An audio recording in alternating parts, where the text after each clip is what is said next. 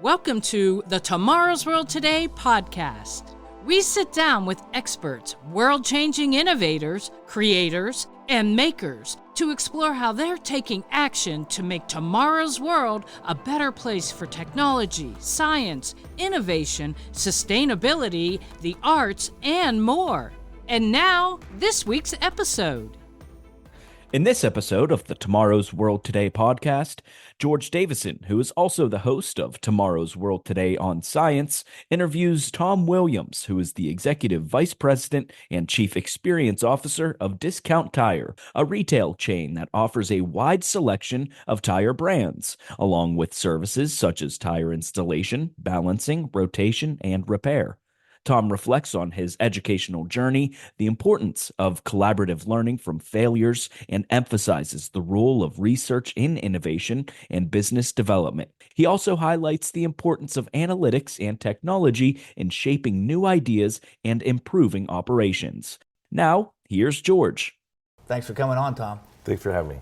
Tom has a very unique title in the business that he's in. He works for Discount Tire, and his title is Executive Vice President and Chief Experience Officer, right? Yep.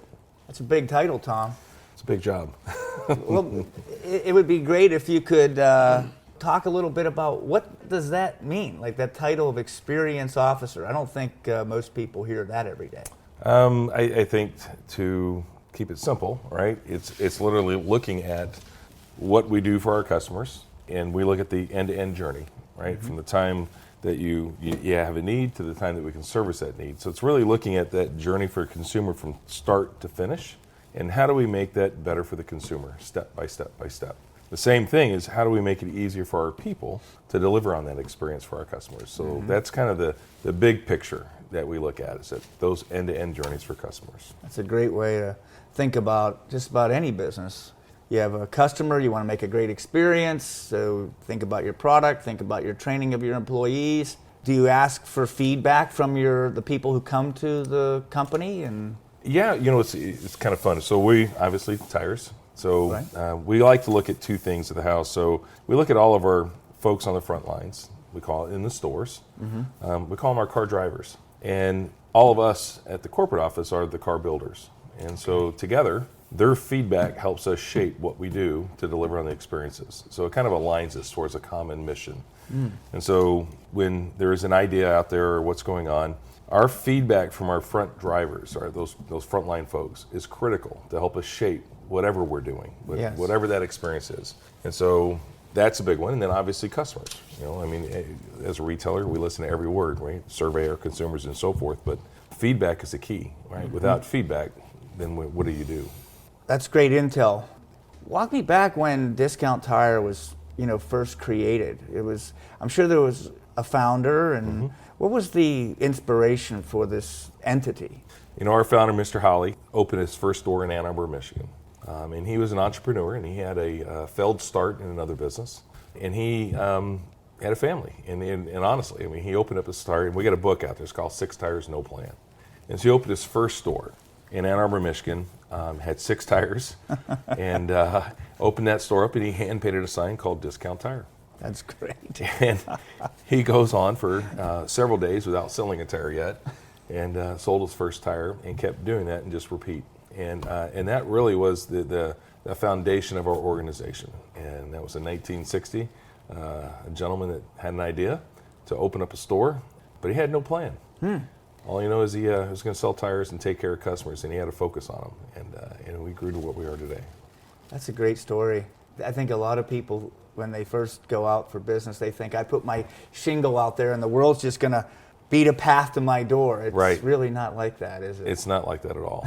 Yeah, we always try to envision. We have these exercises with our managers, and we talk at called 3-Day Hungry, and so we try to imagine what it was like and how he engaged that first customer that walked in his door. Nice. And because everybody's selling, back then, a lot of people selling tires. What makes it different to buy tires from here versus there? And it really comes down to experience, right? So we're all selling a commodity, but how do you do it that's differentiating yourself? Right. And that was the thing that he really embedded in all of us, and brought to life a product that not a lot of people want to buy, they need to buy, Yes. but create an experience that separated us. That's great. So now that we've learned a little bit about him, can we talk a little more about you? Yeah. So let's say that I'm one of your children, right? Yeah. What advice would you give me? The world's not about you, Yeah. right? The world's about the people around you and how you impact them. So, I was instilled in me very much from my parents, right, obviously.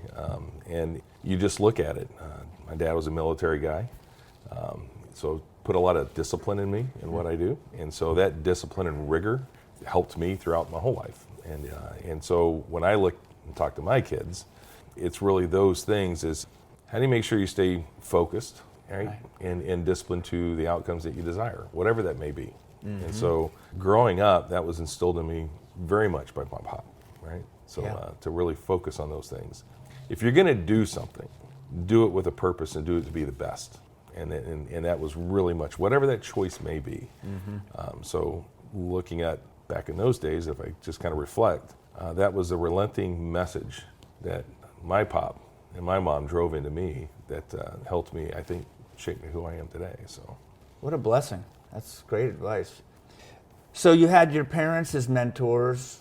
With that blessing, did you have any mentors in school? Were there any teachers that kind of stick out in that world? yeah, I playing sports, Coach Warren. That's a gentleman that really inspired me the same way. He had a lot of the same mentality of to be the best, and so I would look back then, his again helping me stay focused and relentless was a big thing for me, right, to push me hard. So Yeah, good stuff. Good.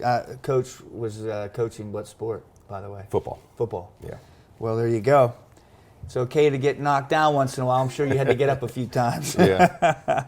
If you had to do one thing over in your high school or college career, what would it be? That's a great question. I think when I look back, I would have finished college. Interesting. Yeah, I would have finished college.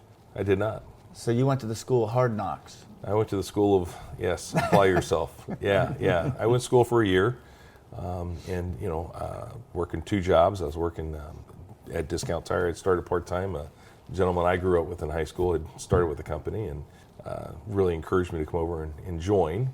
I was going to college at that time, so I started working part-time for the company and then fell in love with a culture and never looked back. Wow. And so I didn't finish. I looked at it, but if I look back in life, I'm like going, I wish I would have finished that. It's, I look back at all the things that I was taught to be relentless, to finish things and do, and I didn't finish that part. Do I regret it? No. Yeah. I'm living a life that I never dreamed I would live. Yes. And working for a company that is, I know I'm biased, is magical. And so I wish I would have finished school. Well, why don't we look at that a little more? So you started at what age at Discount Tire? So I graduated high school at 17. Okay. Started going to school that year, and I started that summer. And it was roughly almost a year later that after my first year of college, I stopped going to school and chose Discount Tire as a career. So called I was 18 years old. Wow. I think it's very interesting that, you started at this company at a young age and you've worked your way up through the organization. How long have you been with them now? 38 years. 38 years. Wow. That's a commitment. Congratulations. Thank you. You've had a busy career, helping to shape this company. You've been there long enough now. Yeah, when I joined the company, we had 155 stores. And today we're just shy of 1,200 stores. 1,200. How many employees? We are right around 29,000 employees as an organization. Yeah. That's fabulous. Yeah. What a great story. All right, let's see here. Can you tell me about something that you or Discount Tire did that you failed at completely, and then what was done in response to that failure? Our founder was really big into kind of back in the day entrepreneurship. He would look at store managers, right? So we all grew up, we all had great ideas running our stores to kind of always improve that experience.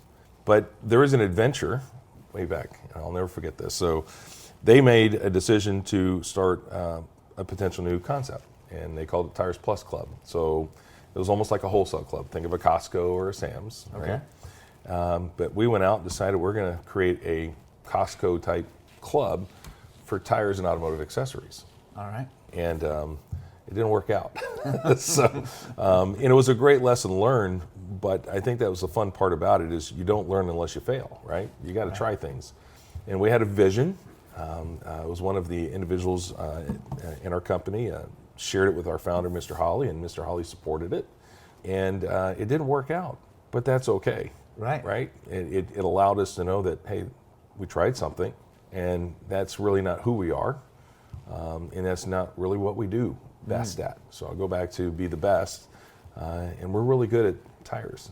And so we really focused ourselves and kind of reset. But that's one thing as an organization. That was a big one, but we learned from it, moved on.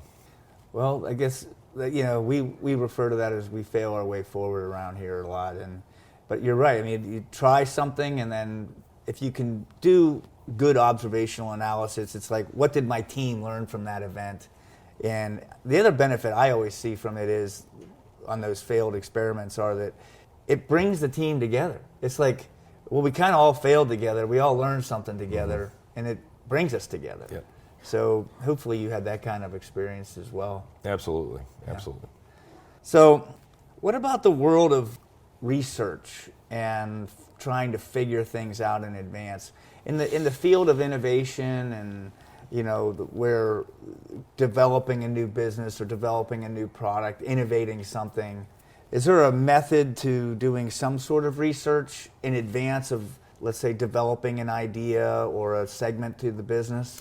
Yeah, I mean, I would say yes, right? You got to understand what you're doing. Is it a true need, right?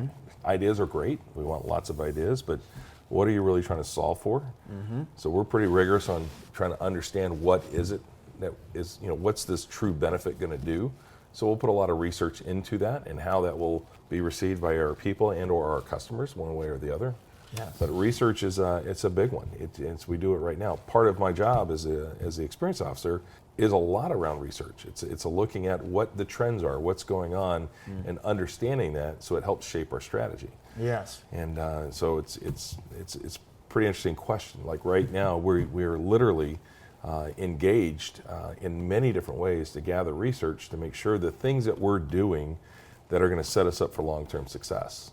And that's the fun. And you got to make sure you do your homework to kind of make sure the things that you're going to do and the investment you're going to make is going to line up to our responsibility, right? So, and that's our responsibility is the 29,000 people we work for. Right. We got to ensure that their future is secure. And so the homework we do ensures that we're making the investments to take care of them. That's a great way to say it, the 29,000 people that we work for. Those are the people that you work with, right? I like the way you position that. That's, again, it's all about them, not about the me. That's right. Yeah. Based on how you just said that, I imagine teamwork is an important principle inside the organization. Yeah, it really is. Our founder, he drilled some things into us, right? He had these 5 life lessons. Okay. And first one was be honest, right? Mm-hmm. Second one was work hard, have fun, be grateful, and pay it forward. And these are 5 life lessons that he really instilled in all of us relentlessly and kept just talking about it. And he always said, we do this together. And we got a big poster of him out there and a big quote. And that was what he said all the time, is we do it together. That's the motivation, personally, right? Yes. Is knowing that we've got 29,000 people focused on the same thing. And we talk about our mission as an organization. And our mission is to make dreams come true as a retailer. Yes. And you can look at that as, what does that really mean? It's different for all of us, right? Sure. So, but that truly is our mission. And our mission is to help every individual achieve their dreams, whatever that dream may be, and give them the tools to do that. We look at our organization and we call, profits, right? Everybody looks out there for profits. He never called them that. And what was cool is he called those tools. And he goes, these are the tools that allow us to help dreams come true and invest in you. So we do this together is at the center of our organization because together we can deliver great things. Well, I really wish I met him. He sounds like a wonderful guy. Yeah, he was very inspiring. So how about getting ideas across in the world of like how, so we do, let's say, the research, we have something that looks promising. How does the communication work to try and get an idea into the next step at the organization? If you're looking for a political podcast that goes beyond the headlines, check out the Beltway Briefing. I'm Howard Schweitzer, CEO of Cozen O'Connor Public Strategies. Every week on the Beltway Briefing, our team of former Republican and Democratic presidential appointees, Capitol Hill veterans, and political advocates shares behind-the-scenes perspective that cuts through the noise. If you want the inside scoop, subscribe now to the Beltway Briefing here or wherever you get your podcasts.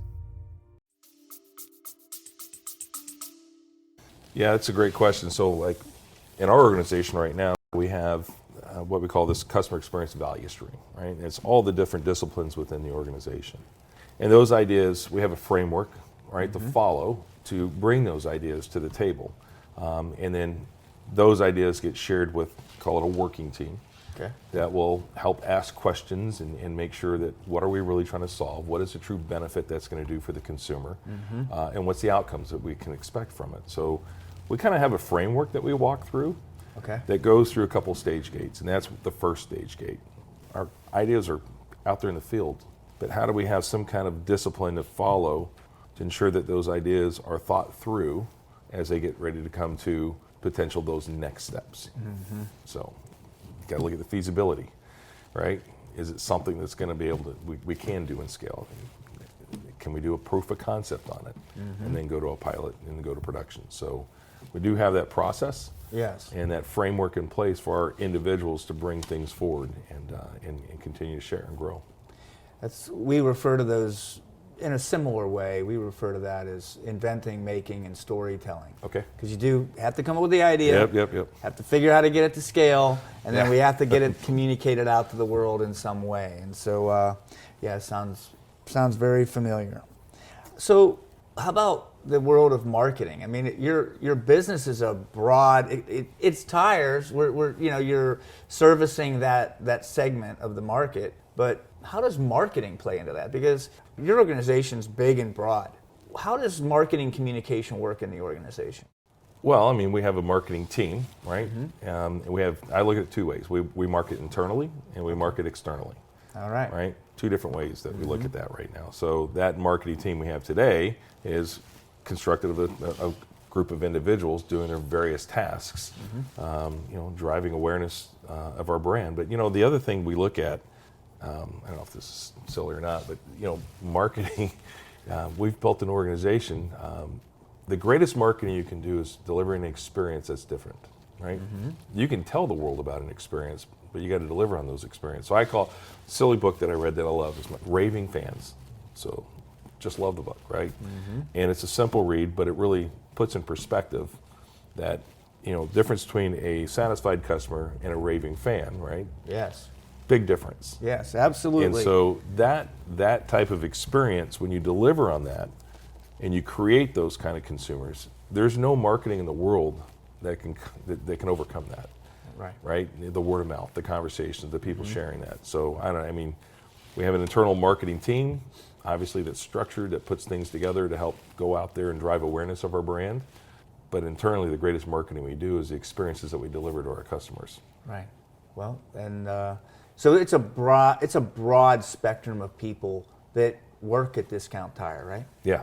So lots of different skill sets. Yep. If you were to mention, just for simplicity's sake, what kind of skill sets, 3 or 4, if you can name a few off the top of your head, the kind of jobs that are out there? So, the big one right now is, you go back to your question about research, right? And we look at analytics is a big one. Understanding the data that we're receiving and interpreting that data that helps us drive new ideas and outcomes and experiences. So that's a big role within the organization that we're continuing to grow on. Right? Yes. A lot there. You look at the technology side, because technology is continuing to advance at such a pace, right? How do we have people that can help us bring that technology to life? That's a big piece of the organization that we're making big investments in, and to do it.